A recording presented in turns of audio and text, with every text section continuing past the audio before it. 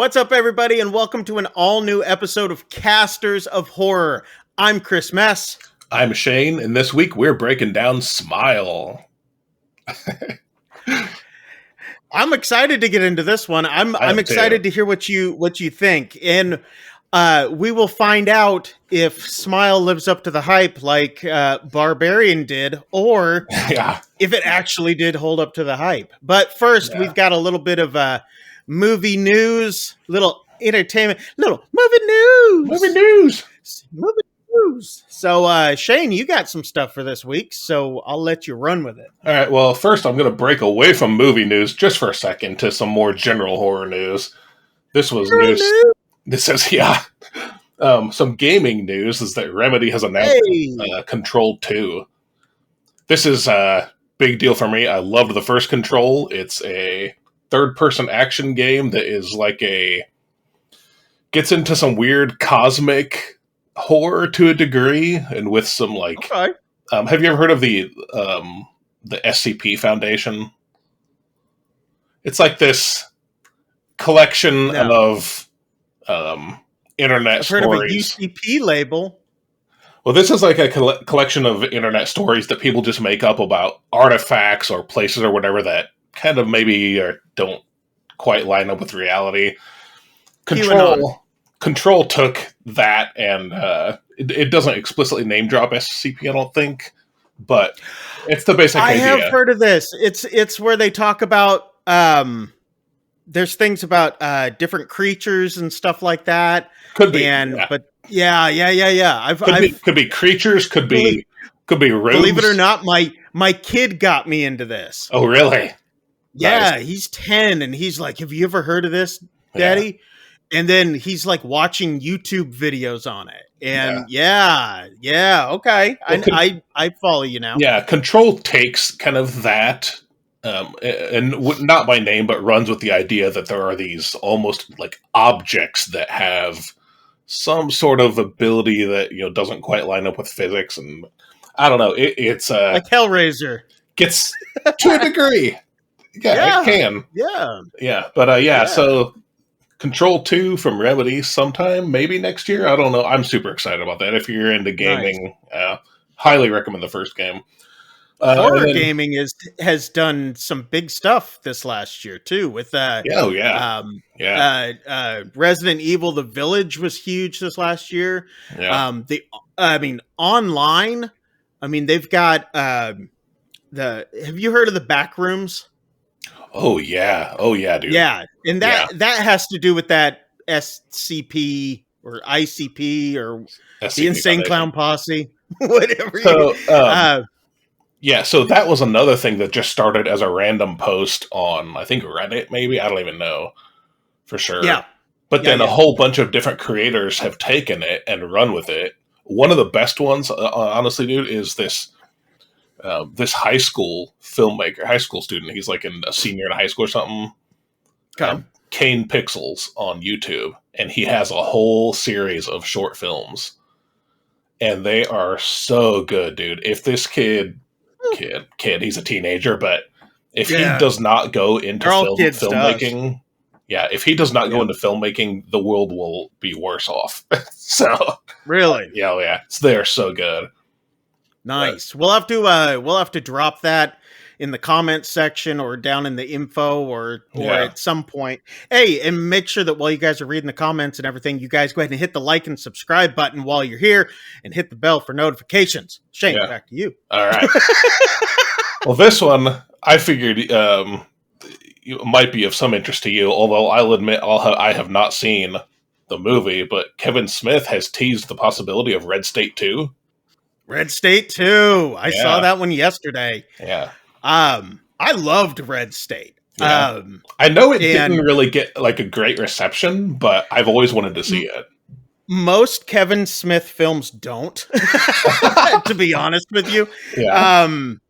I love Kevin Smith. Everything that he does, his podcasts, all that sort of stuff. I talked about, I didn't go into great detail during the Terrifier 2 one. Yeah. But, Red State for me kind of hit a little close to home. Yeah, I thought it was. Dealing with the cult things like that, and growing up the way I did. Great movie. Yeah. Really, really, really good. It's one that I need to check out. I want to see it. And I guess there were some rights issues with it. Because, like, I think it was Lionsgate who put it out? I don't remember. Yeah. But then... I think it was Lionsgate. It was one of their subsidiaries or whatever it is. But apparently they weren't the actual rights holders to the movie because it was independently funded. And there was like these, to hear Kevin Smith talk, there was like these two people who owned the rights, and then he could just never get a hold of them, apparently, to actually re-up the rights with. So yeah, it was. But apparently there might be some movement on that. I guess they contacted Smith, or Lionsgate contacted Smith, and like, it's like, oh yeah, he doesn't have a script or a plan in place, but like, he was like, I could make 1 million of these. So yeah, and it would be interesting the take on it, especially with the way that the other one ended. Oh, really? But I could see, I mean, as I've said before, a cult is a cult is a cult. Yeah. So, I mean, there's so many different facets and branches to where he could go with this. I definitely would be there to watch it. It is nothing like any of his other films. Yeah. I mean, if you guys have watched Clerks or Dogma or any of his Jay and Silent Bob stuff, this is a complete departure from it. Yeah. I've heard this was his first real foray into horror. Yeah, and I don't even know. I don't think he even was a cameo in it, which is odd for him. But he, as he calls himself, a media whore. He's like, if I can get my face on anything or talk, I'll do it. Which is where I get most of the basis for what I do and why, talk nonstop, is because of him. Yeah. But no, I'm definitely, when I saw that one yesterday, it was just rock hard. I was excited. So I figured you would be, to say the least. Yeah, but cool, man. Yeah, that's all I got. You need to watch the first one. I know, I want to. It's difficult to get a hold of, and to find somewhere to watch it. That's what I hear. If you do find it, it's going to be on some pretty obscure. So, I mean, I would check something like maybe like Tubi or Pluto. They might have it. You're gonna have some commercials and stuff, but it's not readily available. That's one of the things he was saying too, is that it's just like almost impossible to find because it's out of circulation. So yeah. So anyway, that's all I got. I think someone's mowing outside. Not at your place, at mine. Mine. Okay. So, yeah, I'm not. I don't have this room soundproofed yet. Yeah. So it's that, or they're weed eating. No, they're mowing. They're mowing. Yeah, I don't hear it. I guess it's at my place. So normally they don't show up till Fridays, but Yeah. And hey, guess what? It is Friday. No, it's not. We released this on Friday, but anyway, what else you got? Was that it? That's it. That's it. Yeah. Cool, man. I'm ready for Red State too. I'm excited for that. Yeah. Speaking of excited to get into, let's go ahead and jump on in with Smile. All right. Let's talk. So this film was written and directed by Parker Finn. Before this, he's only done a few short films. He wrote and directed this. Yeah. He wrote and directed a short film called Laura Hasn't Slept. And another one called Hide Behind. Huh, okay. So all one word, Hide Behind. But yeah, I have not watched either of the short films. I'm kind of interested to check them out now. Yeah. But anyway, so it was his feature film debut, much like last week's movie, Barbarian. It was his debut. Now we're into another debut from another promising film director. Anyway, should we jump on in? Yeah. All right. Full with scene spoiler one breakdown. Yes. If you have not seen the film, I highly suggest watching it before this. If not, if you just like stories told to you, then feel free to listen to this because we will spoil everything and go through all of it. The only things we can't do is show you the actual visuals because we are not actors. Yeah. Anyway, we start off with scene one. It opens directly up with a woman who looks dead. Yeah. On a nasty ass bed. Filthy room. She's vomited all over the bed. There's pills all over the nightstand, all over the floor, all over the bed. I had written here alcohol and pills. Oh, more pills. Alcohol and pills. Okay, lots and lots of pills. Yes. So, sounds like a good time. So the camera pans around and we see a little girl standing there, appears to have found this woman. We can only assume that it is the daughter. Yeah. And then you hear a phone ring really loud and it jerks awake a woman. So we see that she has been dreaming about whatever this is or remembering whatever this is.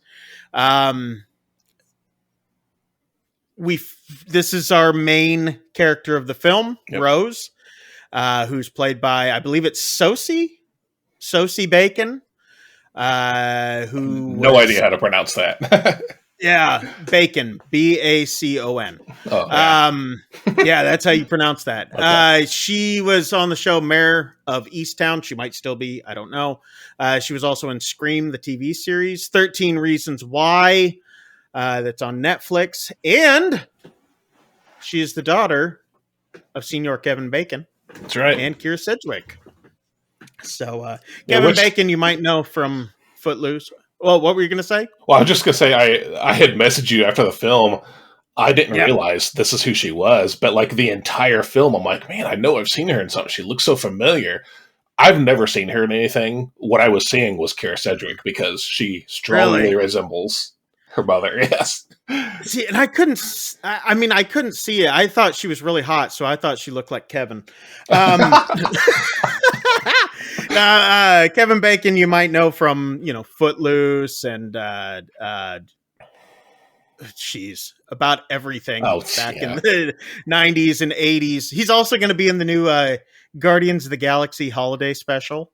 Oh, really? Coming up, playing as Kevin Bacon. Of course. So, he will be playing himself in that show. Anyway, so she gets shocked awake.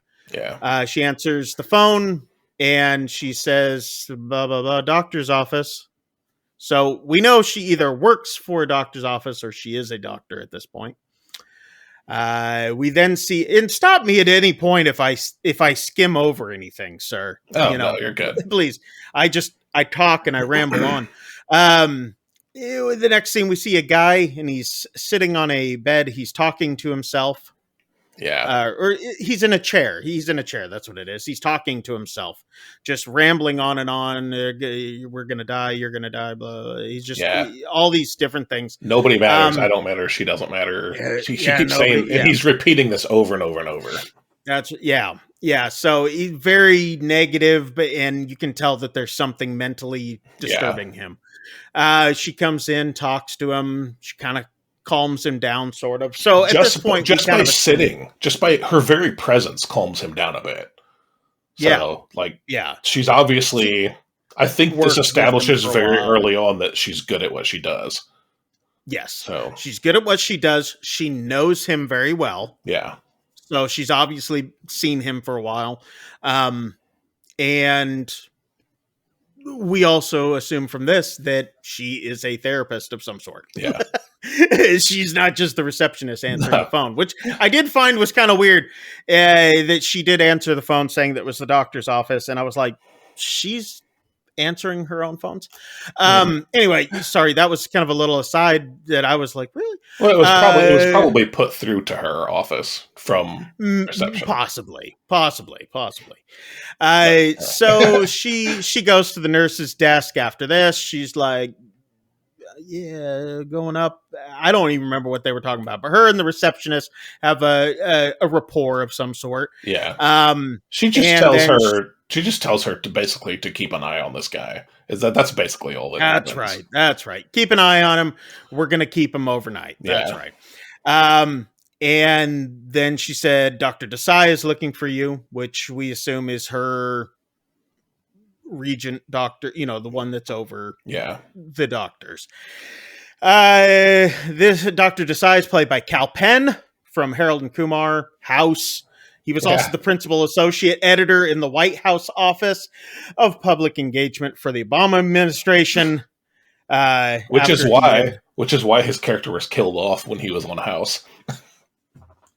There you go. Anyway, there you go. Yeah. So we found out that she's he's kind of like, why, what's the deal with this guy? Blah blah blah. Yeah. We know that and he finds out that she's kind of worked overnight and into most of that day. Yeah.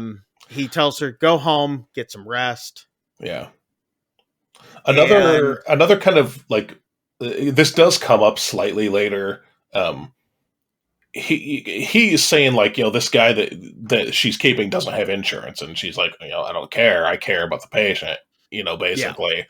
And he's okay with it. He's like, just like, let me know ahead of time. And it seems like a minor detail, but it kind of does come up later, and I really think it plays into her character.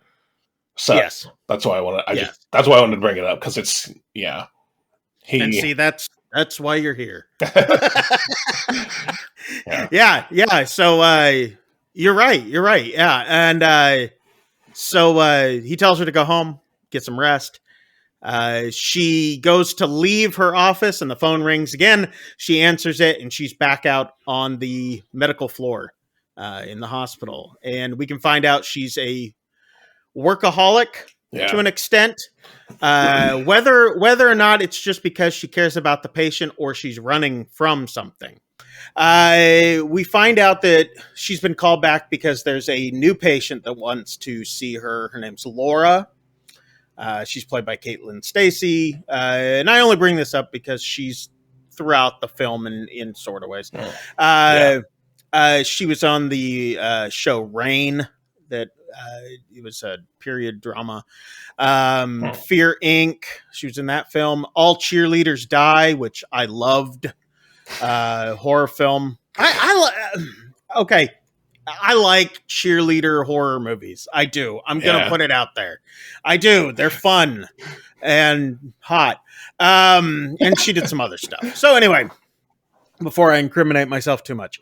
We find out that she has just witnessed a couple days prior.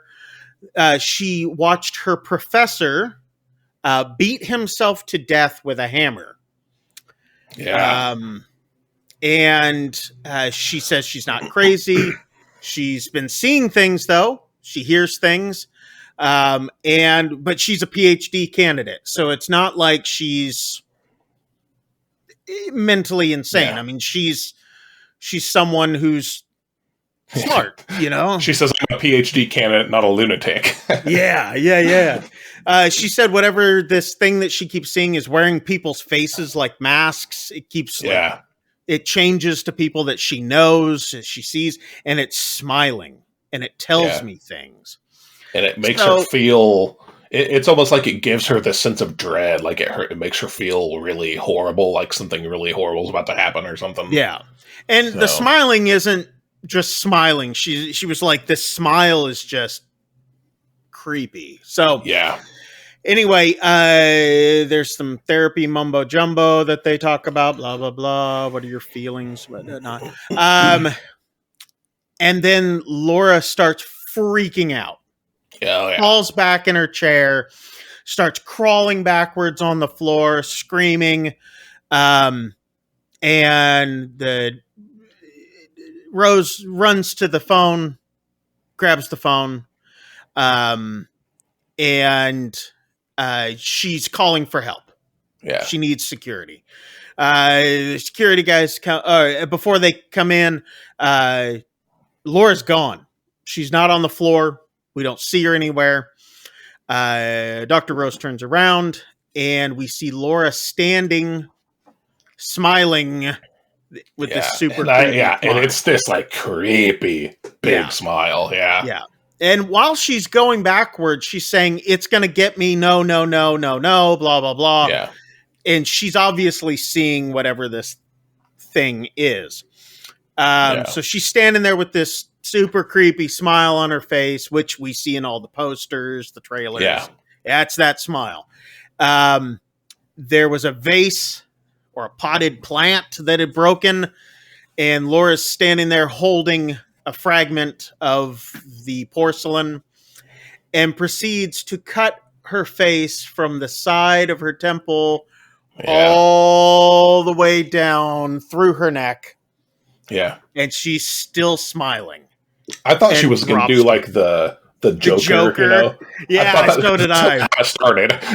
So did I. I thought she was going to do a big smile. I was like, oh, okay.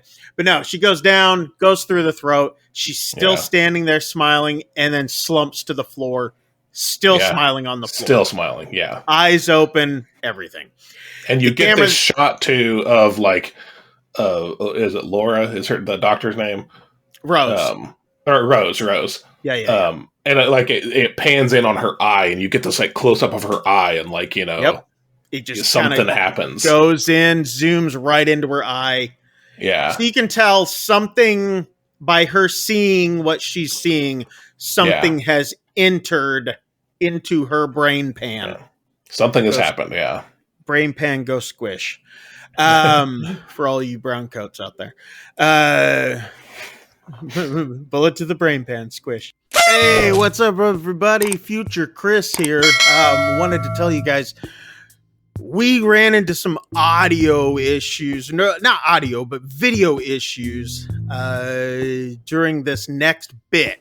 So for the next little while, we had an artist from Fiverr do his best rendition of us. I paid a lot of money for this, so we'll have to see how they did. But anyway, bear with us. It's going to be audio only, along with this drawing, rendition, animation, whatever he did. But anyway, stick with us. Eventually, the video feed comes back. But we got the problem fixed for next week, so don't worry about it. Anyway, back to the show. So it like goes into her eye, and then we get the title screen, and it's like flash, flash, flash, flash, flash. It's saying, like, smile, smile, smile, smile, smile. So if you're an epileptic, don't watch that. Seriously, turn away.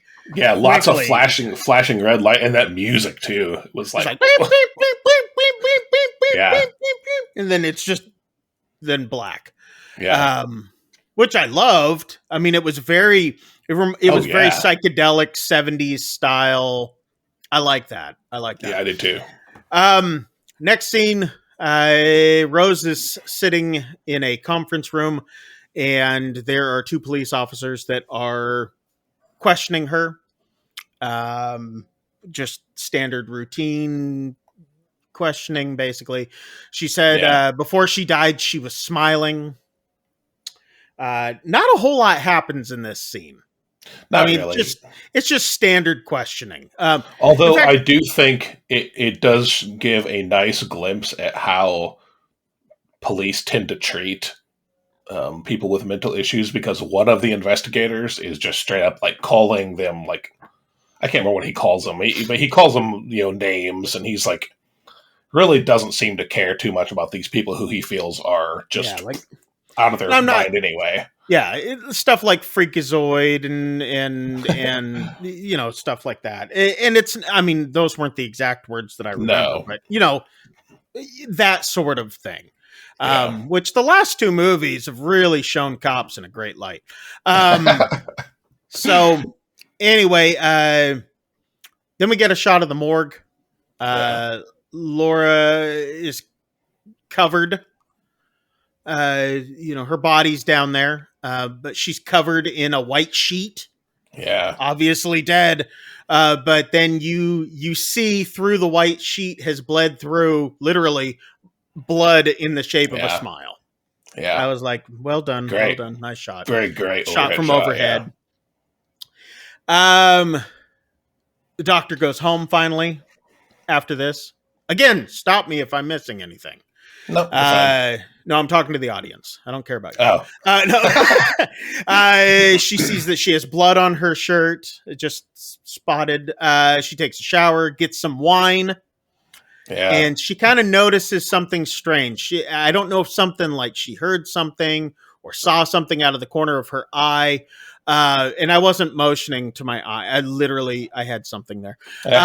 And she notices something strange. And then in the corner of the room in the shadow is an apparition, or you see Laura standing there smiling. Yeah. Just kind of hunched over and, I can't do it justice. I can't do that smile.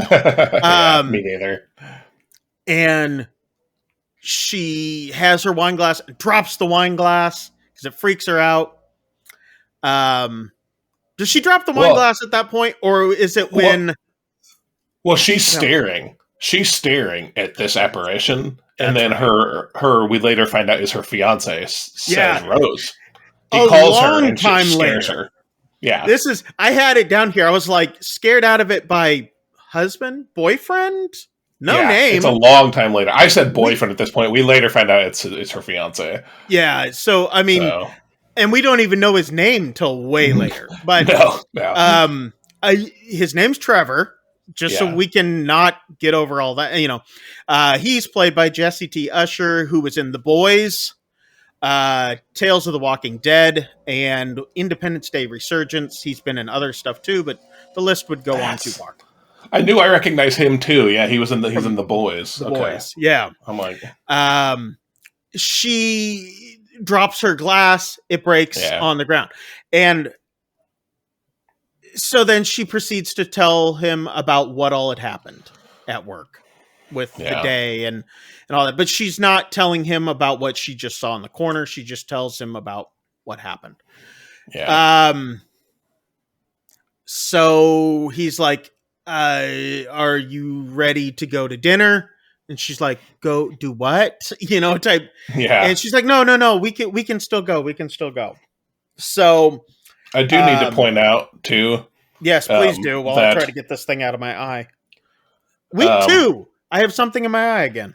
Yeah. This is a horror. Well, they have a cat. She feeds the kitty. I only bring that up because this is a pet in a horror movie. So yes, you know where this is going to happen. So she does feed it at this point, like you said. Yeah. I have something later where she's feeding the cat again. So they go to dinner with this other couple. Rose is all zoned out. It's just muffled. You're hearing just wah, wah, wah, wah, wah. Sounds like the Peanuts parents or teachers, Charlie Brown. Wah, wah, wah, wah, wah, wah, wah. And finally she kind of comes back into the conversation, and they're like, you need to get out of your job at that place. It's a crappy hospital and all that. Why don't you go, get a job? You could make, millions of dollars, or, Tesla money. If you were working somewhere else. And again, more people who don't seem to get that she's doing this because she wants to help and this is what she likes to do. And she wants to help people who can't afford the big stuff. So we then find out that it's her sister and brother-in-law. Finally.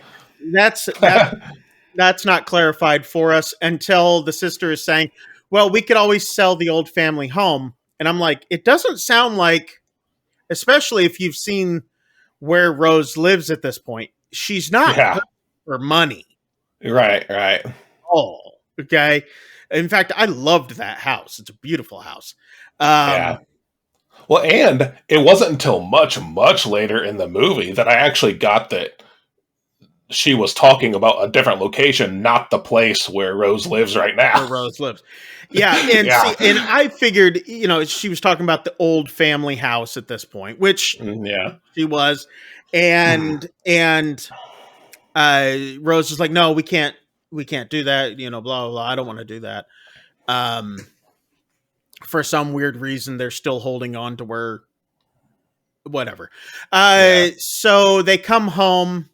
I put the boyfriend or husband because we still don't know at this point. He sets the alarm. Boop, boop, boop, boop, boop. So I guess he lives there too. And then next scene, she's back at work.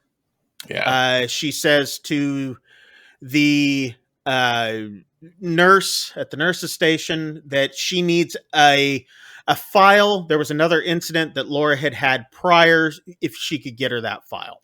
Oh, right. So she turns around and there's one of the cops standing there. Yeah. We find out that he was an ex of hers at this point. The cops played by... It's basically implied. It's implied. It's not explicitly stated, but you kind of I guess this is an ex. I wanted to see how you've been. She's like, why are you here? Blah, blah. So we can tell, The ex, his name's Joel. We find out way later. Like, they don't tell anybody's names. Did you notice that? We didn't even find out Rose's name until Joel is talking to her at this point, that her name is Rose. Yeah, because we hear her very early in the movie. Someone calls her like Dr. Cutter, I think it is. Yeah, Dr. Cotter. Yeah. Cotter. Yeah. But we didn't get her first name until way later. No, it's either at this point or when she's at dinner. I mean, we don't know her name. It was just like every time. Okay. Yeah. So anyway. So Joel, which we, like I said, won't find out till way later, is played by Kyle Gallner, which as soon as I saw him, I was like, oh, I love this guy. He was in the new Scream movie. He was in another a movie called The Outsiders, not the long time ago Outsiders. He was also an American Sniper, but I remember him from Veronica Mars. He played Dick Casablancas' brother. Loved him. I mean, Veronica Mars is one of my all-time favorite TV shows. Tasty. Just don't watch the end. But sorry, move on.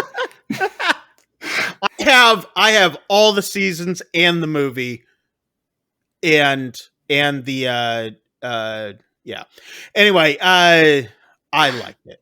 Anyway, we find out she's engaged to Trevor at this point. Because the nurse says to Joel, she's like, she's engaged, right? She's like, but I'm single. And he just kind of looks at her and walks off. Rose is then in her office. She's reading the report on Laura.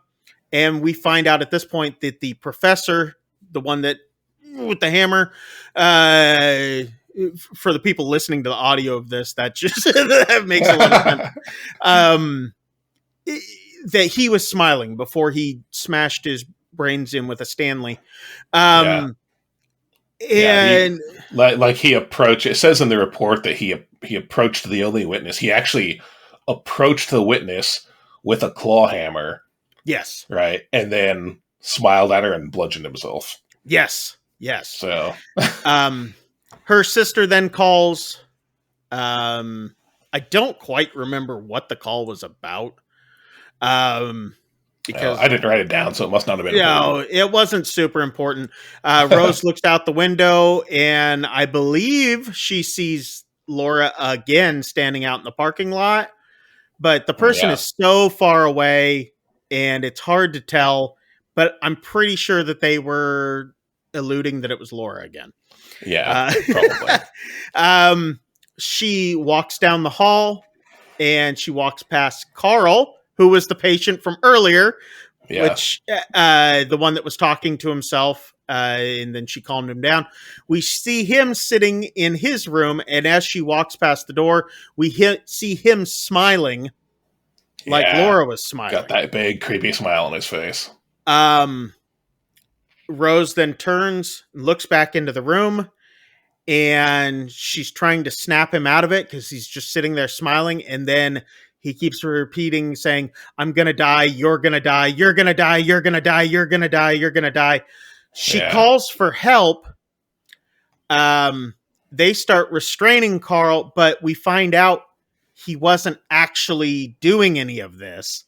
Yeah. It was all just in Laura's head at this point. Well, that's Possibly. again, that's not made explicitly clear. But True. when it cuts away from the room for a second, and you see the doctors or the nurses run back in, Yeah.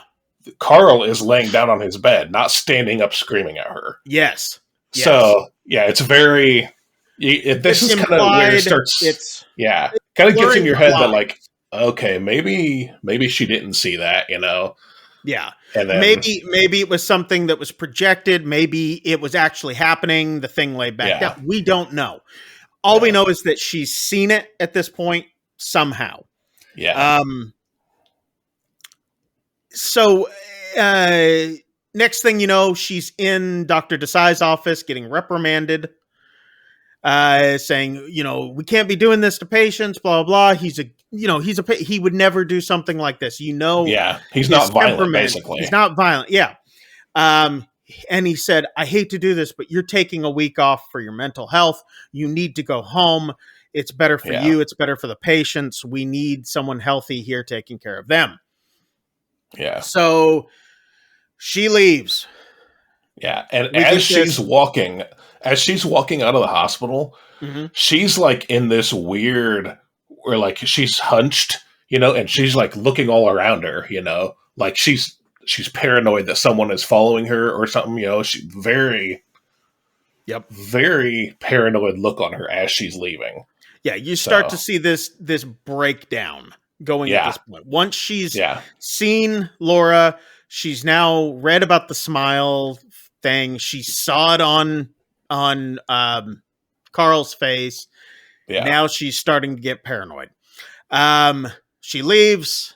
We get this cool upside down shot of from the camera. The film school of Ari Aster. Yes. That is well put. That is well put. I was like, this is very Midsummer. Or any other film he's done. But I like the way that you put that. That was much better than mine. So she proceeds to stop at a hobby store, picks up a toy train for her nephew. Oh, this is what the call from her sister was about. He wanted a train. Well, that's not what it's about, but the sister does mention it. Hey, because if you can't come to the party, then because originally when they were at the dinner, we find out that it's the nephew's birthday coming up that weekend. Rose said she couldn't be there, and it becomes a thing and all that sort of stuff because she works too much, is what they're saying. But now the kid wants a train. And then, so she's in buying the train. You see the cashier ringing it up, telling her some things about it. And then the shot pans out the window and we see this nostalgic 1950s style box. I'm sure that lawnmower is really, really loud at this point. So anyway, it adds to the horror. I'm sorry, people, you're getting the lawnmower.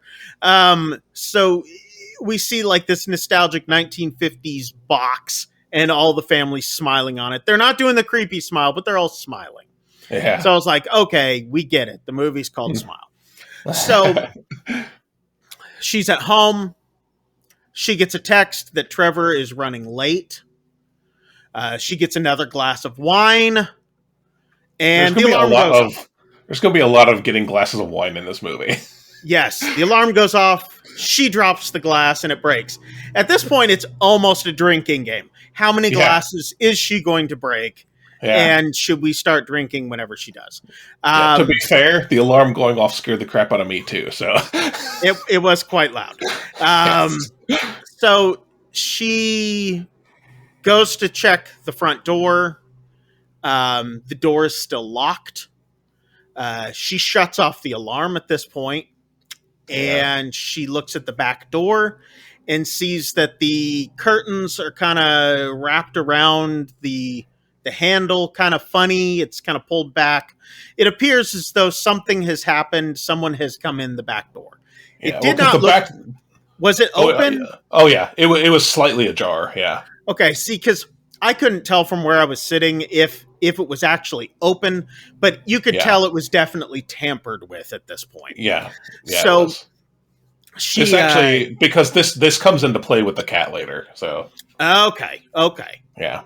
Spoiler of a spoiler of a non-spoiler. So the phone rings, which freaks her out again. It's the security company. Blah blah blah blah blah. Blah, blah, blah. Are you sure you haven't let? So it's your normal alarm company spiel. Yeah, and then they ask for your name and your basically security word. Yeah, right. Yeah, basically. Yeah, my safe word is lemons. So the security telephone operator says, "Are you sure you haven't let something inside, Rose?" Very creepy like. And then she goes, "Look behind you." And we see Rose from the back, and she kind of starts to turn slowly. And right before she gets all the way turned around to see what's behind her, the phone rings. Yeah. And she looks down and her hands are empty. She has nothing in her hands. She does not have the phone in her hands. Answered the phone. Yeah. And it's the security company. Hi, this is such and such for the security company. Can I have your name and, passcode? It's like, wait, what? It was a complete mind. Yeah. That was very nicely done. I liked that. Very good. Very good. The police, next scene, they're at the house. There's lights. It's night now. The lights are, going and all this sort of stuff. Trevor comes home. Yeah. She said, "I don't even remember setting the alarm." She's like, that's the funny that I don't, because he was wondering why it was all locked up, why the alarm was set. She goes, "I don't even remember setting it." Yeah. She then goes to feed the cat her fancy feast or whatever, the wet. It's a very close up of the wet, cat food. She's putting it into the bowl. The cat's not showing up. And she's calling for it, Mr. Mustache or whatever his name was. Mustache the cat. Yep. Yeah. And he's like, "Are you sure you're okay?" And then he's like, "You broke another glass?" It's like, ha ha ha, the light moment. Yeah. Anyway, she goes outside. She's looking for the cat. Yeah. She's shaking. Okay, this is what got me. Yeah, I caught this too. She is shaking the wet, I mind you, wet cat food in the bowl. Yeah. And it's dry cat food. Yeah. I'm like, how long has that food been sitting there? Because it's definitely dry cat food. And she put wet cat food in there. Okay, listen. Foley artists. Listen, sound guys. We're watching. Yeah. We're watching. Our eyes. We're watching. Some of us are obnoxiously observant, so. Yes. We're called nerds. That's a minor gripe, but I noticed it too. I laughed. Ruined the whole movie for me. I stopped watching. I couldn't come back from it. So that's the end of this week's podcast. I hope you guys enjoyed. So anyway, she's asleep in bed. She's dreaming of finding her mom dead. Or I assume it's the mom because it kind of looks like her. This is what's kind of weird about this shot. It looks like Laura not Laura. It looks like Rose laying in the bed, not the mom at this point. Which I thought was kind of weird. So I couldn't quite tell if it was the mom or if it was Rose. But anyway, she wakes up gasping. So it's still the middle of the night. She's out. She's listening back to the session that she had with Laura. And then she hears some intense noise while she's listening in. And then dead Laura. Really? Hey, you called for an intense noise, and there you go. Yeah, there's my intense noise. Jeez. It was less like a lawnmower and more like a heavy breath or something. Yeah, that was a leaf blower. Yeah. A leaf blower. Okay. See, this is why we record on this day, because they're not supposed to be here. I'm not even supposed to be here today. Another Kevin Smith. Where was I at? Okay, so yeah, she hears like this sound. Yeah. And Laura comes out of nowhere from behind her. Yeah. And like grabs her. And Laura's dead. You know, it's a dead Laura. You can tell. It's definitely a dead Laura. She grabs her and all this. Rose like falls out of the chair, runs over to the kitchen, grabs a knife. Trevor comes in, flips on the light. She's swinging the knife towards him, and he's like, calm down, Bob. Yeah. Yeah. So next thing we see is Rose is going to a building, and she sees her old therapist. We can assume that she's an old therapist. She hasn't been to see her for a while. She needs to talk. She tells her about Laura killing herself and all this. And she just, at this point, she just wants some meds. That's all she's there for. But, you know, it's not going to be that easy with this doctor. So, so the therapist says, so do you still blame yourself for your mother's death? Yeah. And at this point, you're like, wait a minute, what? Because we saw her find the mother. We haven't seen anything else about that. She's just like, look, to me, I just took this as she was a kid, and what kid at that point wouldn't blame themselves? Exactly. You know, exactly. Yeah. You know, if I was different, maybe mom wouldn't have done that. You know, that's how I took that. Yeah. So well taken. Yeah. She's just, like you said, she just says, I just want pills. I've been seeing and hearing things. And then the therapist is say, don't you think maybe this is old anxieties compounded with the new things? And then she's like, I'm not giving you any meds. Yeah. So next scene, we see Laura's shaking. She's trying to put on makeup. She's sitting at her vanity. And she's just trying to get herself prepared for something. And she looks into the mirror and smiles. Yeah. But it's not a creepy smile. She's just no. You can see she's just trying to put on a fake smile of some sort. And I actually specifically noted this too. I'm glad you said that, because this is a point where I have to call out the acting for just how good it is. Mm-hmm. Because in this scene, you really do see her where she's like, she's putting on a fake smile, and you can still see in her eyes.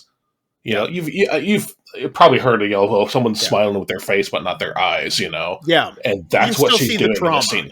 Yeah. You can see the trauma, but she's crying. Such a good scene. Very, very good. And you know, you see a lot of scenes, and you're like, what was the purpose of that? What was the meaning of it? Yeah. And like you said, it was to convey that point. Yeah. She's going to try. It's so well done, too. It's just unbelievably well done.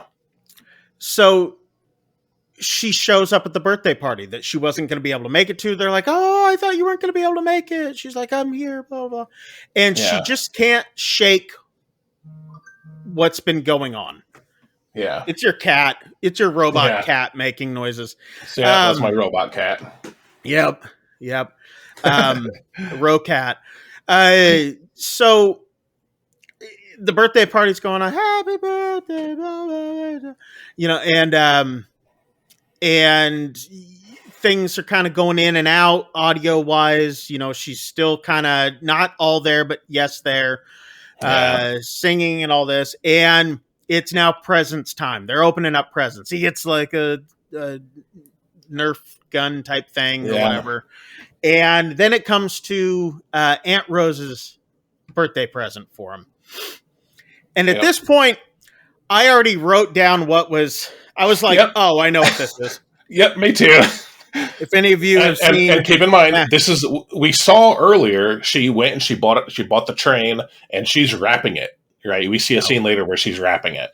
Yeah. But yeah, I also wrote down. I knew where this was going. So he unwraps it, opens up the lid, and this look of absolute terror comes across his face as he reaches in and pulls up a dead cat. Yes, it's Mustache. It was Mustache.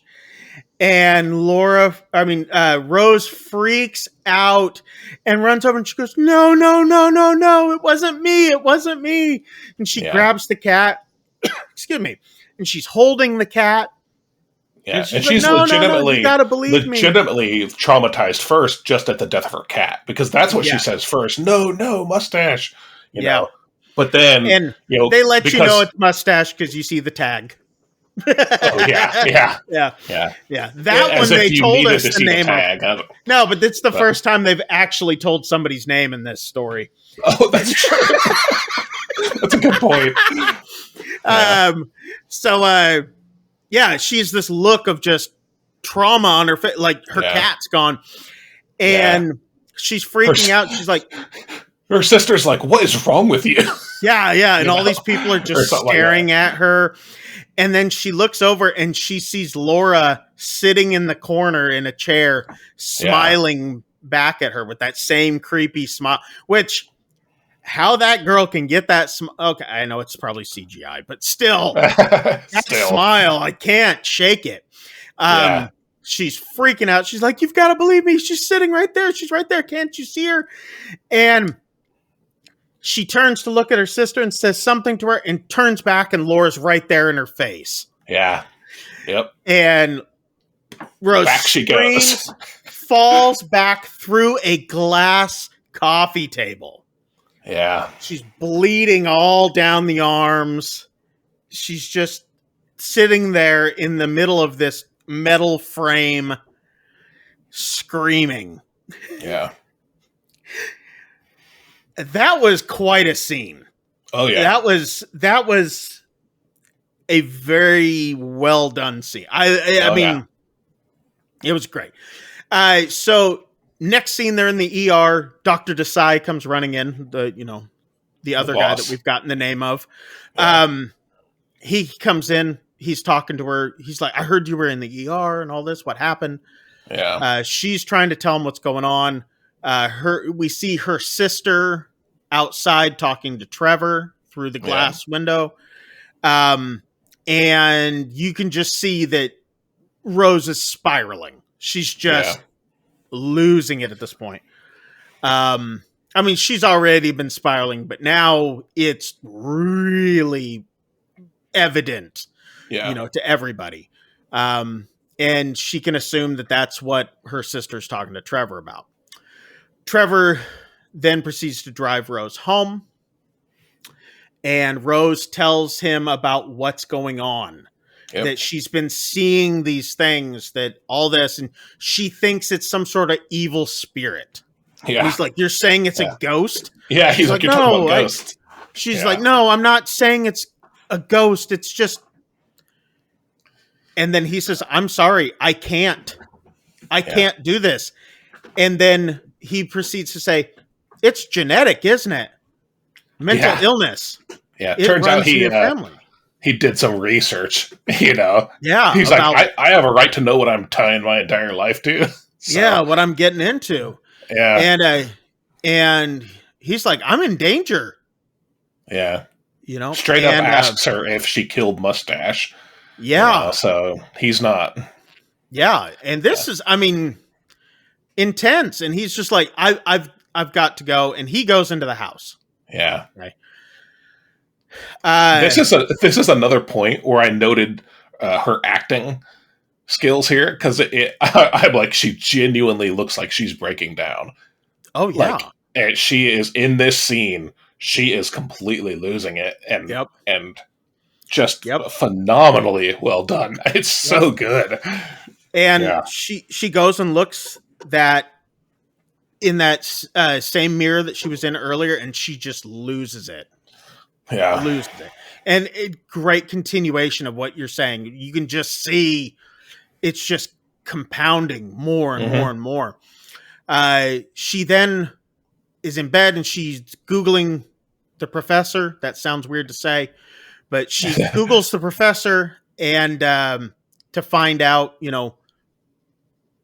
what his deal was, where he was from, all this sort of stuff, background basically. And she hears voices in her hall. And at this point, she closes her laptop and just lays down. Yeah. And you hear the voices get louder and louder, and it's saying, "Please help me." Oh, I didn't hear that. It goes, "Please help me." All I heard was Rose and "Come here." Yeah, there was "Come here." I didn't hear "Please help me." Then there was a "Please help me," and then Rose, and then she almost gets hit by a car. She's standing in the middle of the street, just out in the middle of the road, and someone's yelling at her like, "What are you, an idiot? Blah, blah, get out of the road." Yeah. She gets out of the road and she's gone to go visit the professor's widow. Yeah. The widow then proceeds to tell Rose about the professor's decline, the things that had started happening to him, the things that he was seeing, the things he was talking about. And she takes Rose to his office, and there's some effed up drawings all over the walls. And a whole bunch of different creatures and critters, like with smiling. There's one. It's just an all black page except for this big white smile on it. Yeah. It's like a Disturbed album cover. So it's the guy from anyway. And she said, well, he hadn't been the same since he had seen this woman commit suicide at this convention or something that he was at. He was the only one who saw it, and he had seen someone commit suicide. And then she goes, tell me about the woman. She's like, what kind of reporter are you? And she's like, I've got to know. And then she finds out that it's happening to her. Yeah. And she tells her to get out of my house, get out. I don't want anything to do with you. Yeah. The lady obviously thinks she's like some sort of like sick freak who just likes, enjoys this sort of thing or something. Yeah. She gets her jollies off at dead people and suicides and all that. So Rose then goes to see her cop ex-boyfriend, and she's like, I need a favor. Joel, can you help me? And we're like, oh, his name's Joel. Okay.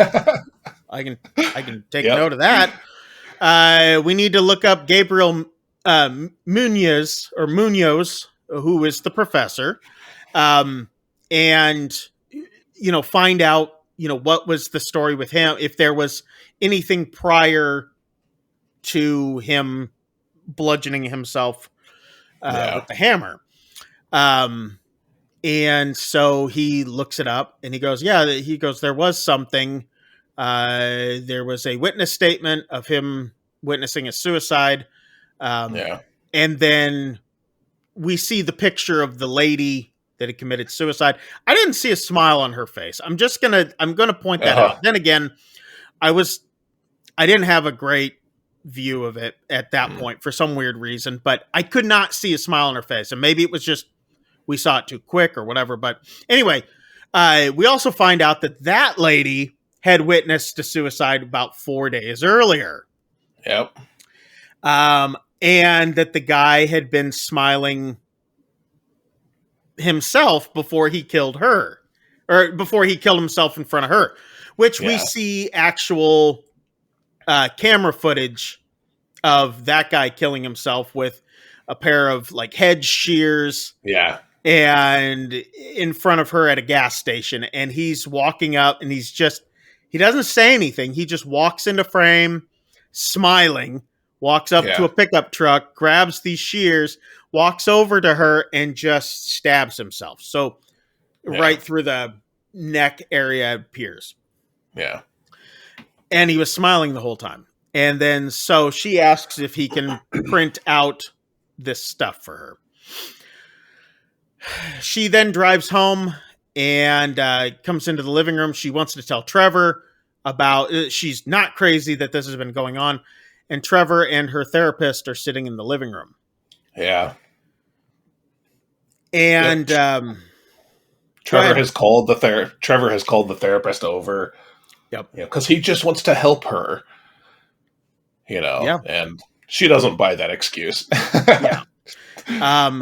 He then says, "Why are we even together?" Yeah. And walks out of the room. And she tells the therapist that she needs to go. Yeah. Or that she needs to leave, and she leaves the house. Yeah. She then goes to her sister's house, and she says, She's still got this folder that had been printed off for her, right? So she takes it to her fiance first. That doesn't go on. So now she's taking it to her sister because she's like, I want you to see, I'm not going crazy. Something's happening. And she says, I've been cursed. I've been cursed, and I can show you. And, maybe don't lead with that. Yeah. It's an entity that only I can see. And then her sister's like, curses aren't real. You're having a breakdown. This is exactly what happened to Mom. Yeah. You sound just like her. Yeah. And it's like, whoa. And see, here's the thing. Okay. And this is what I got from this. See, I've talked about this on our old podcast and all this sort of stuff. But when you deal with mental illness, and I still deal with it, the worst part of it is either feeling like or seeing, it seems like nobody believes you. Yeah. Because some of the things that you say are they just kind of sound outlandish. But that's one of the hardest part is you feel like nobody believes what you're going through is actually real. And at this point, I really sympathized or empathized. I thized with her. You some sort of thized with her, yeah. I thized with Saucy Bacon at this point. So saucy. I thized with Saucy Bacon. Anyway, I didn't even know what that meant. Anyway, so you can see this look like she's just like, I can't believe nobody's listening. Nobody's believing. So she goes back into her car. The sister, we kind of see her come back out of the house towards Rose in the car. She's walking down the pathway, arms crossed, just, walking down, because it's cold out, I guess. And she's walking down the pathway and she's out of focus, but you see her coming down. And Rose is just kind of sitting there looking straight forward at the steering wheel. The sister comes up to the car, puts her hands on the car, and Rose turns to look at her, and the sister's head swings around upside down and looks at her through the window, upside down, with a big creepy smile on her face. And Rose loses it, just slamming her hands on the steering wheel, freaking out. This would have been the best jump scare in the movie if it hadn't been ruined by the trailers. So, just pointing that out. Yeah. I forgot about the trailers when I saw this point. And it kind of, I don't know if any of the big jump scares got me. This one kind of did. Oh yeah. This one kind of did. And it caught, I think out of all of them, this one kind of got me the most. Yeah. So anyway, the nephew is watching her through the window. He sees the mom isn't there. Yeah. It's just Rose out in the car yelling and And this is important because this is the last time we see the nephew in the entire movie. Yes. Right. But I still think it's important because you see on his face, he's watching this and he's almost in tears and his eyes are wide and it's like, this is clearly affecting him. Yeah. And it is kind of a shame that we don't get to see him again, but I think it does play into the overall theme of the movie where this she has passed on a trauma to him now. Yeah. Even though it's not this, whatever curse that she thinks she has. Yeah. Clearly, he's traumatized now because of what he's seeing her go through. And just wait for Smile 2. Yeah. It's going to be the nephew. It's going to be the nephew. So the sister wasn't there. Yeah. We've seen that. Next thing, Rose is sitting in a parking lot shoving nachos in her face. And I'm like, why am I not in the parking lot right now shoving nachos in my face? Because I love nachos. It was just a burger. She was eating a burger. Was it? I thought it was nachos because she was crunching. She was crunching down, and I wanted nachos at that point. That's all I remember. But anyway, Joel calls. You see it on her phone. And he said that there's been a whole string of suicides, that there was 19, there was 20 things along this string. However, only 19 of them committed suicides. And one of the guys had killed another lady instead of himself. Yeah. He says then someone else watches what had happened because this guy killed this woman. Oh, the witness to the murder. The witness to the murder then continued the pattern. Continued the pattern from them. Yeah. So she's like, we need to find this guy. So Joel then drives Rose to the state penitentiary where this guy's being held for murder. Yeah. She's told him, right? Because they pick up this scene where she has clearly told him, because he's just kind of spacing out, and he's like, "That's a lot." Yeah. Yeah.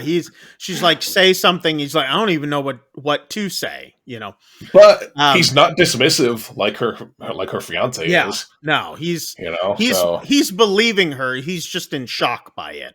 Yeah. He said he also did find out that all of these instances happened in about 4 days prior to the other one happening, to about a week. 4 days was usually the most common. And she was on day 3, I believe, or maybe it was day 4. I think it was on day 4. Yeah, she said today is my 4th day. Yeah, and he says, well, it's not going to happen to you. So at this point, you're going, okay, is this thing going to try to finish off this guy that it missed? Are we kind of in this whole like final destination thing? Where he's going to, this thing's going to still get this guy that it missed and all that sort of stuff. And Joel's just bringing it right.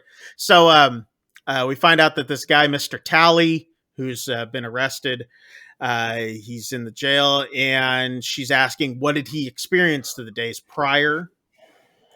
And we find out that there's been other chains of this. It wasn't just this one instance. Yeah, he had tracked down other chains. Yeah, he had done a lot of experiencing it. Yeah. So. Yeah. And the guy must have been just a great Googler, because I was like, how did he have access to all this stuff? So serious. So he says either the possessor of it dies, whoever has been cursed by it, or you must kill somebody else in front of a witness to pass it on. Yeah, because he says that he found out about this because he saw there was a chain in Brazil, and he ended up reading that one of the people killed their neighbor, and that basically passed on. Yes. Because he's like, you have to, because she goes in and she talks to him as though she's talking about her patient, this Laura. Yes. Right? Yes. Right? And so she's talking about it in third person, and he's like, tell your patient she has to kill someone, and it has to be traumatic, make it messy. Yep. And what? And there has to be a witness. There has to be a witness. Yep. And she screams, I can't kill someone. Yeah.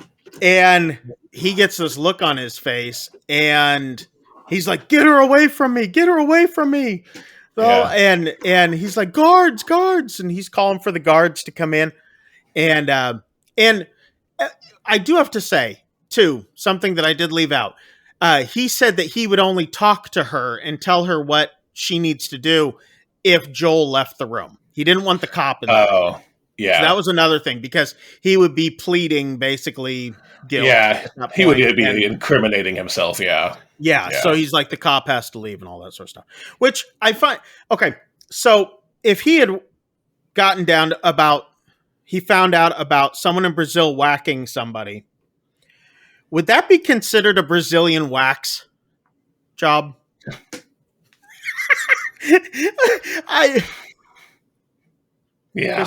Just was wondering. Moving on. So Joel says, "What did he tell you?" And she said, "He told me nothing." Yeah. And I'm like, okay, you've told Joel everything at this point. Why would you say he told me nothing? Anyway, she drives home. A call from her therapist comes through. She declines it. And then she's sitting there and she's looking all over the photos from the crime scenes, from everything that Joel had printed out for her. She has them all spread out on her table. She's biting at her fingernails. So you can tell maybe this is a habit that she. And we get the worst sound effect in the entire movie here. Yeah. I mean, it's a very good sound effect. Don't get me wrong. Yeah, She's again shaking the wet cat bowl, and it's dry. No. She bites into her finger, like it rips. You know, we've talked about this on the podcast.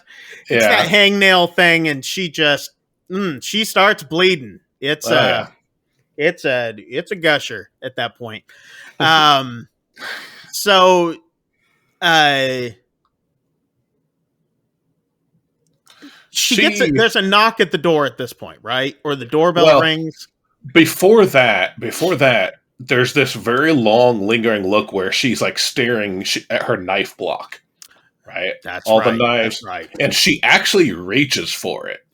She goes to reach, and then she's like, wondering if she's gonna try to end the line right there. She's by herself.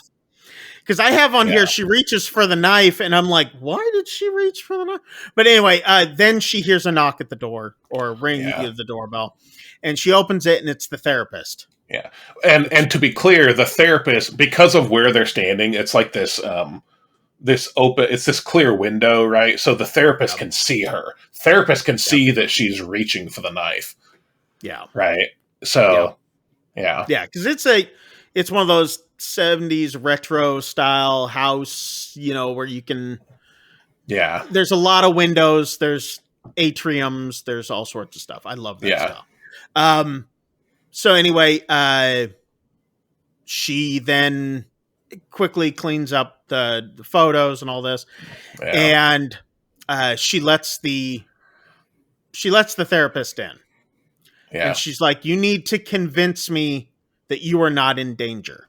Yeah, that you're not a threat to yourself or others." Again, she just watched her reach for a knife with nobody else around. So and she's like, "I don't believe you. You need to convince me." And they're sitting there opposing couches. Yeah, and she's like, "I'm not leaving until you tell me, or you prove it to me," and all this sort of stuff. Yeah. Well, then the phone starts ringing, and the therapist says, "Don't you need to get that, or shouldn't you get that?" Yeah. And she gets the phone, and it's her therapist calling her. Yeah. And she looks over, and the therapist is sitting on her couch with the big smile on her face. Yeah. And then she stands up and starts coming towards Rose. Yeah. And she's like, "It's almost time, Rose," like in this weird voice. Yeah. And Rose is like kind of stumbling down a small staircase to nowhere, it looks like. And I think it's like a daylight basement. And the thing grabs her by the throat and pins her up against the wall, and she's like, "It's almost time." And then the next thing, we see Rose sitting in her car at the hospital parking lot. Yeah. There's a lot of jumps between scenes. Yeah. It leaves you like, and that's kind of what I dug about this is the thing. It's like, okay, it didn't kill her. Right. It obviously let her go. It disappeared. And now we're back to her breakdown. Yeah. So it's like, it didn't have to explain that it let her go. It disappeared and all that. It was just like, that. That happened. And I liked that. Yeah. I did. I really did. And speaking of her breakdown, and again, another phenomenal scene where we keep seeing these layers added on, where just more and more in every scene, she is breaking down more and more. And in this scene, you can tell that she's even more traumatized and like almost coming unglued than she was the last time we saw her like this. Because she knows it's either going to be her or somebody else at this point. She's reaching, she's past her 4 days. It's day 5 now. She knows that it's going to end. Yeah. So she's in the hospital parking lot, and you see that she has the chef's knife that she was going to grab for earlier sitting on the seat next to her. She then takes the knife, takes a breath, slides it up her coat sleeve or a jacket hoodie sleeve. Right in the sleeve.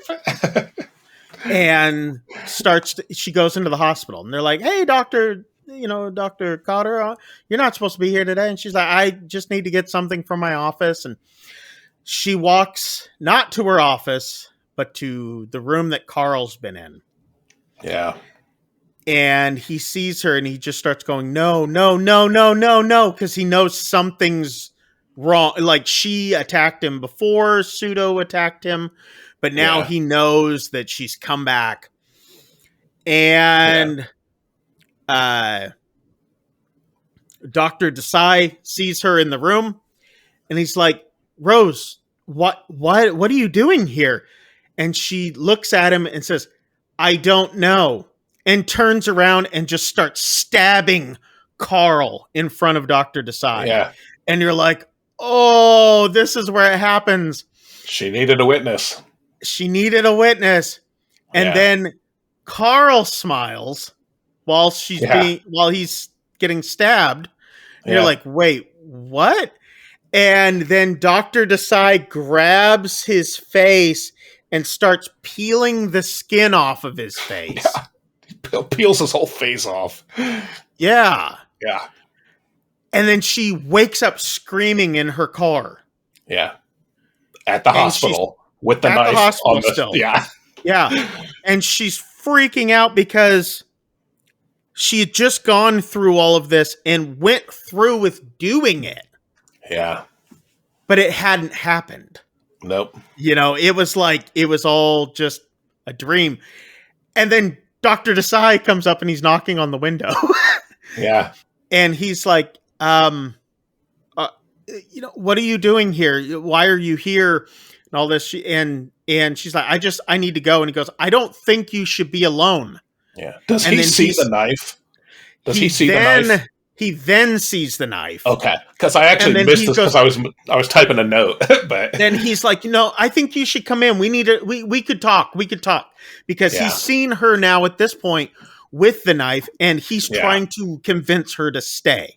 Like, because he obviously thinks that she's a threat to herself. I don't think he thinks she's a threat to anyone else. I think correct. He thinks she's a threat to herself. He's trying to walk her off the ledge at this point, talk her down off of it. Yeah. And she's like, I just need to go. And she peels out of the parking lot and she starts driving out of town. Yeah. We can see because she says, I need to be alone. So at this point, I think it clicks in her head that she just needs to get away from everyone. To get away from people because she might harm somebody else. Yeah. And it's almost at this point, she realizes, if I'm alone, if I kill myself, nobody will see it. Yeah. B, I can't do harm to somebody else. So she drives out into the country. We get some more weird shots. Joel calls. He's like, there's an APB out for you. Everybody's looking for you. And she's like, I have to be alone. And he's like, because she's a threat to herself. Dr. Desai called it in so they're looking for her.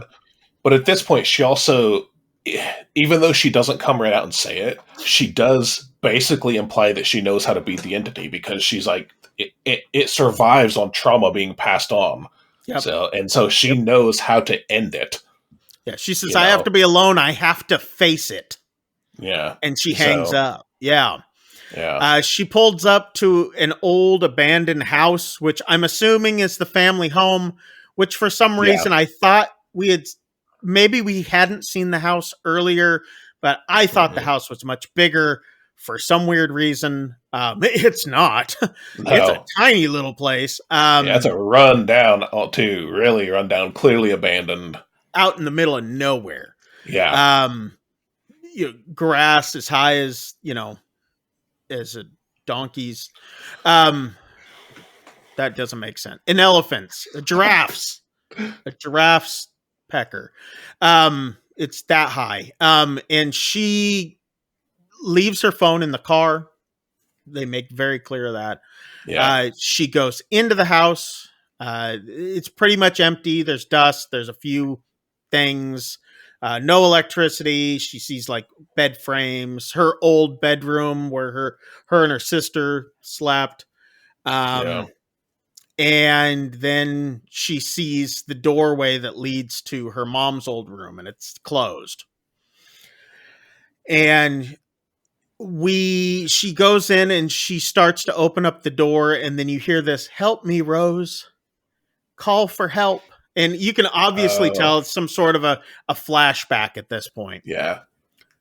Yeah. And you see the mom laying there on the bed saying, "Help me, Rose, call for help." And Rose, as the little girl, just shakes her head no and leaves her mom to die. Yep. So we find out that that's what actually happened. Yeah. Yeah. She left her to die. Yeah. Because she didn't want the mom around anymore. Yeah. She then goes to the garage, gets an oil lamp, and she's just going to wait this thing out, basically, is what we get from this. She sits down in an old chair, and you start hearing some sounds, and then you hear a door creaking. And she looks down the hall and see her mom's bedroom door slightly open, because we had seen Rose shut it before she went into the garage. And you hear some crying inside the room. Rose proceeds to open up the door, and her mom is sitting there on the bed crying. And the mom says to her, she goes, "It's okay, baby. I'm sorry. I'm sorry for what I did, blah, blah, blah. I want to be a good mom." And she's like, "Why did you let me die?" And all this, and asking her these guilt-laden questions, but still trying to be like, I want to change. I want to be good and all that sort of stuff. And then Rose then says, "I've carried that guilt my entire life." She goes, I have to let it go. Yeah. She's here. She's finally confronting the trauma, which is her mom's existence. And she's confronting the guilt of not calling for help when her mom needed it. So she then realizes, she goes, "This is not real." Yeah. And the mom looks at her and says, "Your mind makes it real." And she gets that smile. And you're like, oh, crap. And then the mom grows to like this 12-foot Attack on Titan beast looking thing, and starts coming down the hall after her. Just and you're she's like, "What?" Oh, she's like, "What are you, and why are you doing this to me?" And the creature just says, "Because your mind is so inviting." Yeah. Fuck. Yeah. God. Okay. And she gets to the living room, and she's like, "You can't escape your own mind." Yeah. And then Rose says to her, she goes, and at this point, we've seen the oil lamp has spilled over. It's setting things on fire and all this sort of stuff. And there's broken stuff all over the floor and fire going. And Rose then yells back at the beast, "It's my mind, and you can't escape it either." And she grabs a flaming stick, piece of something, I don't know. Maybe it was a chair leg. I don't Oh, know. I actually just thought it was the It was something that was on I thought fire. I thought it was the lantern itself. Was it the lantern? Because Yeah. that would actually kind of make more sense, because then the oil's gotten all over it. Yeah. Anyway, the beast thingy is on fire. Sets Yeah. the demon thing on fire. Rose escapes the house, gets to her car, and drives away. Yeah. And you can see this like a visible change in her demeanor, right? As the house is burning, she is letting it go, and you can see all of that pain just like melt away. Yep. And she's like a totally different person now. And it just kind of fades to black as she's driving away. And I was like, is that it? Yeah. Well, I wrote, this is a horror movie and there are still 10 minutes left. Well, see, I didn't have a clue how much time was left of the movie. All I know is that I'm like, that's it? Yeah. Wait, that's how they're going to end this? Is it was like so connected to that trauma and all that? I was like, that doesn't make sense. So we kind of fade back in from black. She's now at Joel's apartment, knocking on the door. And she's like, I'm so sorry for dragging you into all this mess. She's like, I've put up walls even when we were together and all this sort of stuff. I'm done with it. I've let all of that go now. I've let the trauma go in my life.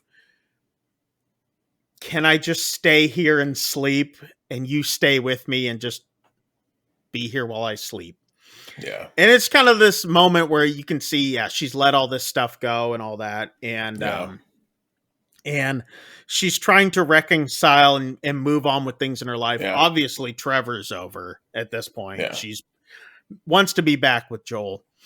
And again, in this scene, like I have to praise the acting again, because this is a totally different character now. You can see in her eyes that it's different for her now, that she like has let this go. You know, she's not trying to hide anything anymore. Yeah, she's broken everything, separated herself from her past, basically. At that point. And Joel's like, yeah, of course you can stay here. He's like, and of course I'll stay with you. And then he says, I'll stay with you forever. And then he starts laughing, this maniacal laugh. And then he smiles, that creepy smile. Yep. And he chases her out of the door of his apartment, and she's standing back outside of the old farmhouse, or the old family house. Yep.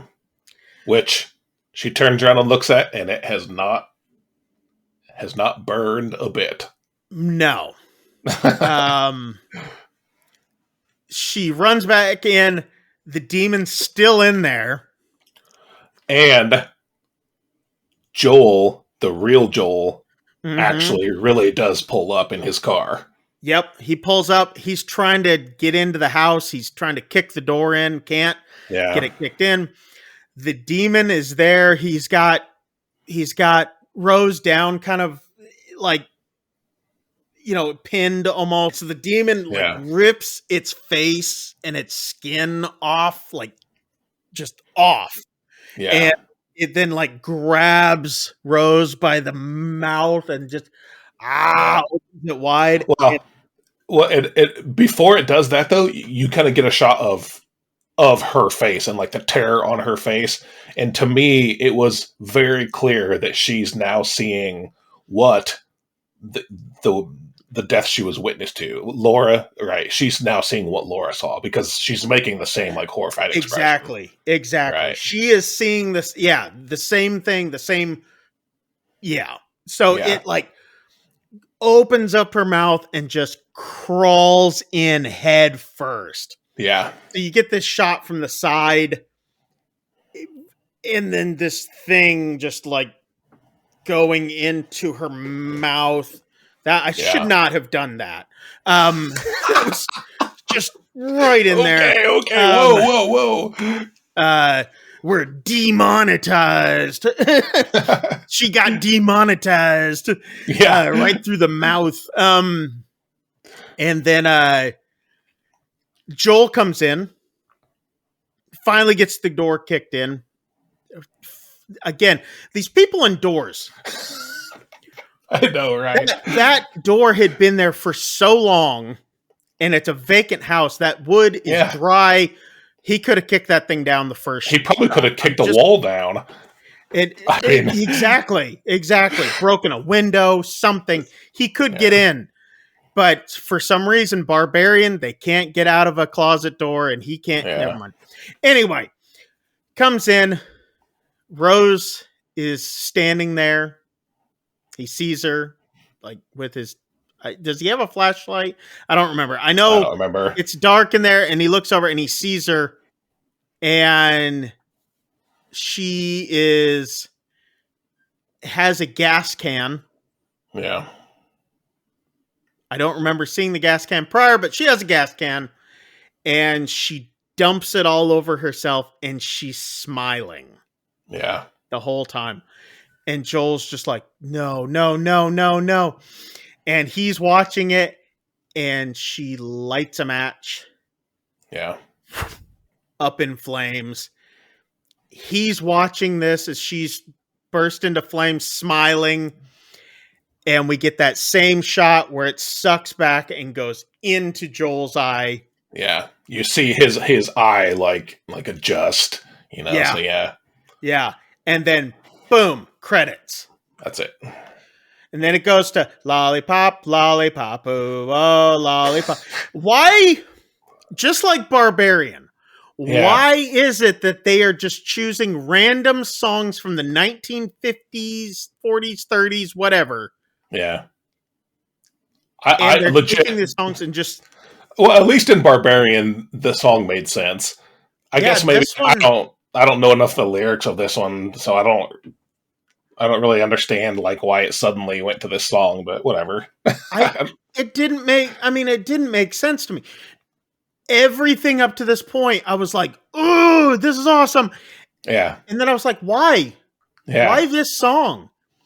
Yeah, and it's not for very long. They don't play the song for very long, and then it goes to this really, really creepy sounds and music and all that, and to the point where I was just like, "I'm done. I'm done with this. This is the creepiest thing of the whole movie.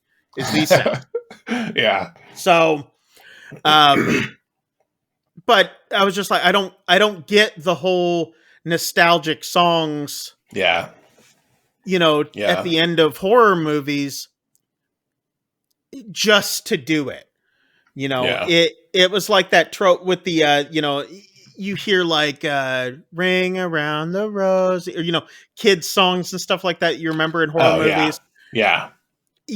That's creepy. I get it. Yeah. Are they trying to do the same thing with these older songs? I don't know. Maybe. I don't know. I legit don't know. Is it going to be like the next one? Okay, I could see this one working out. You realize that this person is just, they end up killing the person that they love or whatever. They die, blah, blah. That's the end of the movie. And then you hear Elvis and he's like, and I can't help falling in love with you. I was like, oh, that would be great. That would make sense. But Lollipop. Okay. Anyway, I'm going off on a tangent. Here we go. As we do every week. What did you think of it, sir? What did you think of this film? So I'm going to compliment Sandwich this movie because I have a lot of opinions about this. I want to start by praising the acting again. Yeah, I was blown away by just how real it really felt with these characters, especially with Rose. Yeah, I honestly think for me, this is some of the best acting I've seen all year, and I mean, with her character specifically, and she did a great job. Yeah, she did a fantastic job. To be honest, the only real issues I have with this movie are I feel like it did get into maybe too many of the tropes of the genre.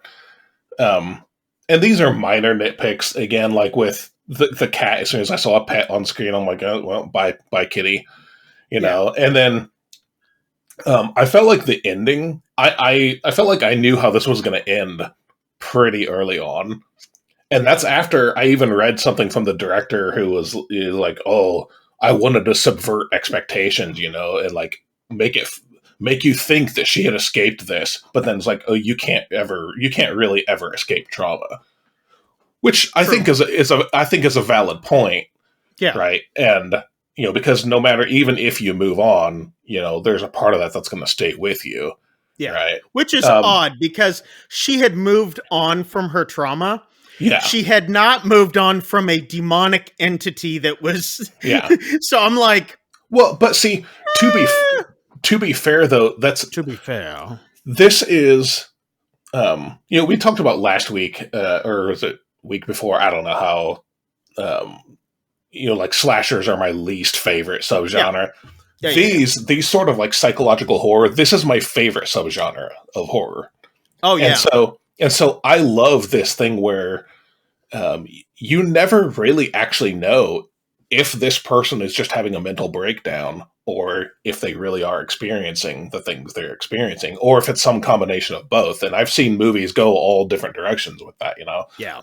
So I love this sort of thing, but to act like this was some sort of subversion because it really was a demonic entity of some sort, I'm like, I called this movie's ending, almost from the beginning. Yeah. But that said, I loved this film. I think for me, it absolutely, I would say even exceeded my expectations of it. And of the movies we've done, this is actually my favorite. Really? And again, as much as I love Terrifier 2, again, we have to go back to, it's just not my favorite subgenre. It's not your favorite whereas genre. This is a movie that was right up my alley, and I loved it, and it's honestly my favorite one I've seen this year, and my favorite one that we've done on the podcast. So yeah, I am absolutely on board with this movie. I am extremely happy with it. It was way better than I even thought it was going to be, and I already had high expectations for it. So, yeah, that's Very me. nice. What about you, dude? So you hated it. You're saying that you hated it. Shake my fist at the sky. Yeah. I really liked the acting. Yeah. Like you said. The jump scares were there. Yeah. The thing is for the most part, I could see him coming. Yeah. Although I do think, though, there were times when like I thought one was coming and maybe it didn't, or it did, but not in the way I was expecting. So I actually think the jump scares were really well handled. There was a lot of things that I liked that the director handled the way that, like I said earlier, where he had that point where she was being choked. And then all of a sudden it was the next scene. Oh, yeah. Yeah. The direction of this film, I really, really liked. Yeah. I did. The director did a great job, especially for his first big feature film. Yeah. The acting was really good. Like I said, it felt very real. I connected a lot with the trauma issues. Yeah. I connected a lot with the mental health. I connected a lot with the nobody believing you type scenarios and all this sort of stuff. Yeah. All in all, I thought it was a great movie. I thought they did really, really well with it. Yeah. I liked it. I would watch it again. Oh, yeah. It was not my favorite film, though. Oh, yeah. Oh, I'm sure it wasn't. But I really liked it. I liked it a lot.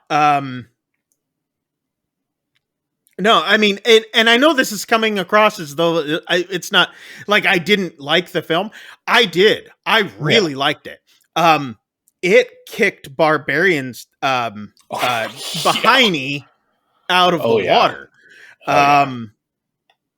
It was, like you said, it was everything that you had hoped for and more. It really was that for me. Yeah. But again, it wasn't my, like film. Now, would I that though. Would I recommend this to everybody? Heck yeah! I mean, it was a great movie, and I wouldn't say that the gore was really bad. There was some instances of it, but it's one of those movies. It's really good for. I could see getting somebody into horror by watching this movie. Yeah. This would be a movie that if someone's like, I really don't know what to watch, I want to get into horror movies and all that, I'd be like, you need to watch Smile.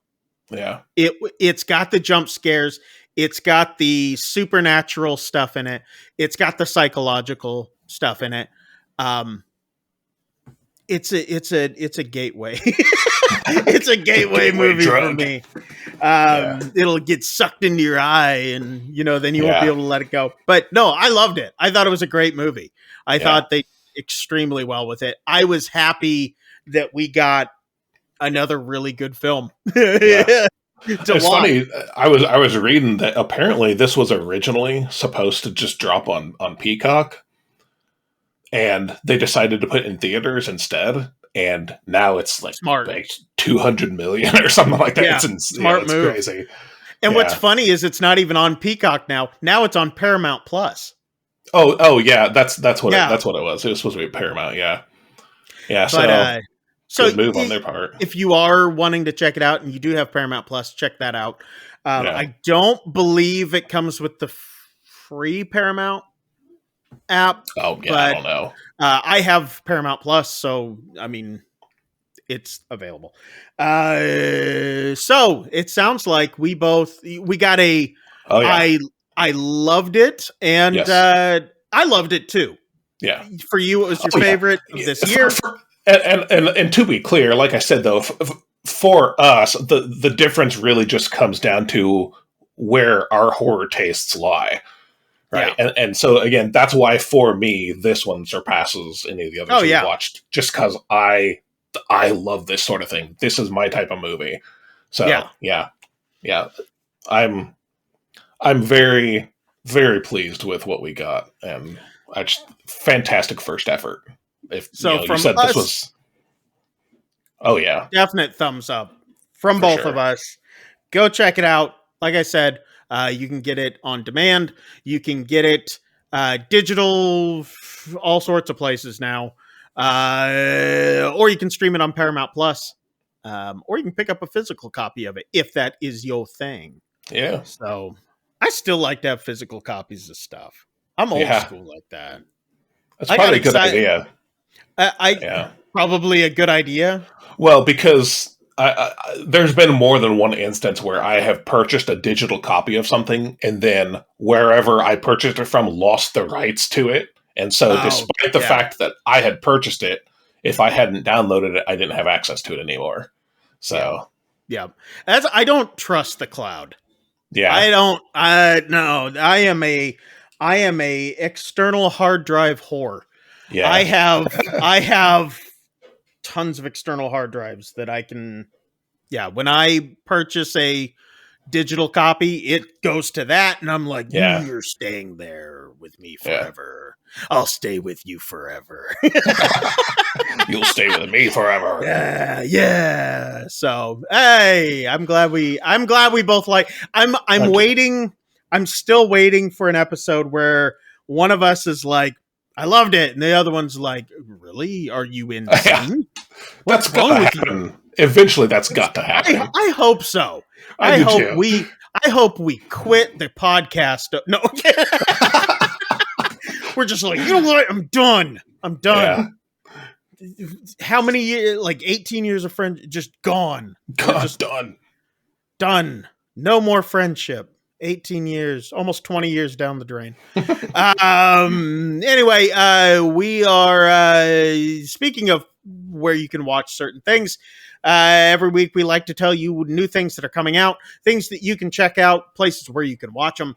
And here are some new items that are going to be coming out in the next couple weeks, and they should be coming up on the screen right about now. Yeah, if you're listening to the audio version, then stare harder at your headphones. I don't know. Or if you have been watching this and you thought you were on the audio version, then yeah. Okay. Yeah, we've actually got video. Yeah. So Hopefully. there they are. Hopefully. Check them out wherever they were listed that you could watch them. Anyway, we like to go into a segment called Real Life Horror Stories. These are stories that happened here in real life that are horrific. Things that are really, really freaky as hell. Anyway, you got one for us this week, right? I do. Right. This one is actually about a moment in history. Alexander the Great. You've heard of this man, correct, sir? I have. You have. Did you know that he died at the age of 32? I knew it was suddenly young. And mysteriously. Okay. But here is what some scholars are coming to believe at this point. They realized that Alexander the Great's body failed to decompose 6 days after his death, which made the ancient Greeks believe that he was a god of some sort. And that's why his body did not decompose. However, scholars are actually starting to believe that he had succumbed to full body paralysis. And he was not actually dead. Back then, they did not check for a pulse during that time when trying to find out if someone was dead. Yeah. And after a 24-hour drinking spree, he came down with a fever, felt a sudden pain in his back as though smitten with a spear, is what he was quoted as saying. And then next thing you know, he was paralyzed and rendered speechless. Eventually, they pronounced him dead. Oh. What? He had known what they believe now at this point is that his death actually came from asphyxiation from being buried alive. Oh man. Wow. Since he was not able to move or respond, the doctors at the time, or whoever was there, assumed that he was dead and proceeded to bury him. Wow, man. That's messed up. Yeah. That's it actually plays what a way to go. On two horrific fears, right? So the one, just the fear of being buried alive. Yep. But then on top of that, the fear of being locked in, right? I've heard it described as like a lock-in syndrome, where you are locked into your body, you can't respond or anything, but you're still conscious. You know, so, whew. Yep. Wow, in 2019, Dr. Catherine Hall of the University of Otago in New Zealand said that she believed that Alexander suffered from Guillain-Barré syndrome, which is a rare autoimmune disorder, can lead to fever, abdominal pain, and then paralysis. The combination of ascending paralysis with normal mental ability is very rare, she said. So he would have, his pupils would have become dilated, breathing kept to a very, very minimum because it needed less oxygen. And his mental faculties were completely intact, but they assumed that he was dead. Oh man. That's his terrible. His remains have still never been found. Because nobody knows where he was actually buried. So this is a mystery that may go on forever, and we may never know, but that is a theory that is out there. or a hypothesis. Yeah, I guess you would. So anyway, ooh, yeah, that's what super creepy. what a way to go! What Yeah, a way no to kidding. go! Attend your own funeral. Yeah. But anyway, yeah, I wouldn't. There's a lot of ways I wouldn't want to die, and that is definitely one of them. Yes. Anyway, before we go, we like to do a little pick or pass, things that we've watched within the last week or so. Yeah. And we'll let you know whether or not to pick them up, check them out, or pass on them. Sir, I'm going to let you start. Okay, well, I've got a pick for this week again. Wow. This is a short film where we can link to it in the comments, I'm sure. Okay. This is a short film called Smiles. Right? Ooh, a play on words of the whatever. So this is a short horror film. It's basically about this guy. He's dating this girl, and one thing I will say, this dude has a killer Doctor Who poster on his wall. I love it. Okay. Right. Cool. This is a foreign language film, so subtitle it up. But basically, you gotta read. Yeah, you got to read. Unfortunately, this girl's like, "Hey, you want to meet my parents?" He's hesitant, but keep her happy. So they decide to go, and he decides to meet her parents for a dinner at their house. And he starts saying, like, in some scenes there are like, even in this opening scene, there's this like smiley face coffee mug, right? And then all throughout all the scenes, there's a bunch of little smiley faces, like, just hidden, right? Well, he goes and meets her family, and they also have smiley faces, and they have these like yellowish heads with smiles, and they don't really talk, and it's actually quite humorous. Very, very well played. And he's like, "What's going on?" Because girlfriend is acting like nothing's amiss. Yeah. Right. Yeah. And she doesn't have a smiley face head. No, she is pretty normal. She's a normie. Okay. And this sounds like a really messed up version of Get Out.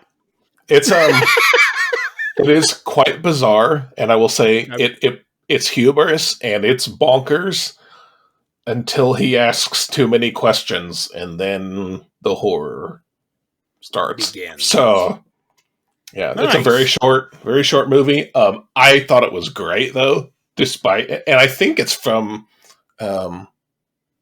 actually, I don't remember now. I was browsing a lot, and a lot of them from that one company you had mentioned in I think our first episode came up. Yeah. I don't remember if this was one of them though, but no, it's called Smiles, and I think it's a pick. It's a pick for me. Cool. I liked it. So, what you got this week? Yeah, I watched a film called Bloody Bloody Bible Camp. I know this one. It's about a bunch of campers who go to a Bible camp. Starts out in 1977, gets into a bloody mess there, and then we go 7 years later. The first one kind of sets up the premise for the story. Basically, what happens is there's a killer on the loose up at this camp named Sister Mary Chopper. She's dressed up as a nurse. But there's a new group of campers that comes up 7 years later, brought to you up there by Father Cummings, who is very friendly to some of the boys. And then killing. It's very stereotypical of the Christian tropes, if you will. You've got your certain types and all this sort of stuff, and there's a lot of things, if you've grown up in a church and all that you'll see, like, oh, I know this was this person, and I know this person, and blah blah blah. It was a very, very horribly acted. It's terrible. horribly written, tongue-in-cheek horror film with lots of gore, girls and guys and sexual murder, and the only redeeming quality to the movie was Jesus, played by porn star Ron Jeremy, which goes back to one of the first scenes where they said, well, Jesus must have been hung, and it's only right that we, So anyway, and then Ron Jeremy, who's known to be like a donkey. Oh, man. Anyway, for me, it's a definite pass. It was horrible. It's a terrible movie. I started into it. I had to skip forward for a while. Yeah. Came back to it for a little bit, skipped forward again a little while. It preys on everybody. I mean, like all sorts of everything. If you're a believer or non-believer, it makes fun of everybody. And it goes to points where it's almost uncomfortably trying to, I don't know, it just goes into points about like homosexuality and ways that people think that are just, it was just kind of uncomfortable. And it was just like, okay, it's just, but growing up in that atmosphere, I was like, yeah, people talk like that. Yeah. So it's like, oh, okay. Yeah. But anyway, it's a definite pass for me. Okay. There was nothing about that film that anybody should ever watch.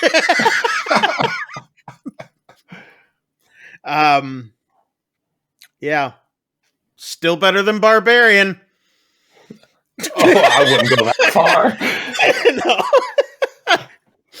Than the last half of Barbarian. Anyway, no. Anyway, it's a definite pass for me. If you decide not to heed my warning, you can check it out on Tubi, TUBI, one of those free apps. There's a lot of horror stuff if you look around hard enough for it in free apps. Yeah. So they're out there. But anyway, that's it for this week. I hope you guys enjoyed it. So I hope that you guys got to watch most of this video. Didn't have to listen to some of it. We did have some audio and technical difficulties, video technical difficulties and whatnot. So I do apologize for that. But next week, sir, what movie are we going to be reviewing? Nope. Okay, just don't tell them. That's fine. Nope. Don't tell them. Nope, not going to tell them. Not going to tell them. Now we are going to be doing Nope from Jordan Peele. So finally, we are going to get to it, because before we started that thing, that was going to be number one. So now it's episode something. Anyway, that's it for this week. I hope you guys enjoyed it. I'm Chris Mess. I'm Shane. And get the hell out of here. We'll see you guys. Ha ha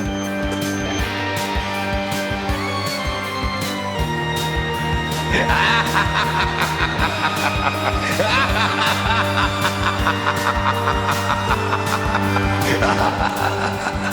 ha!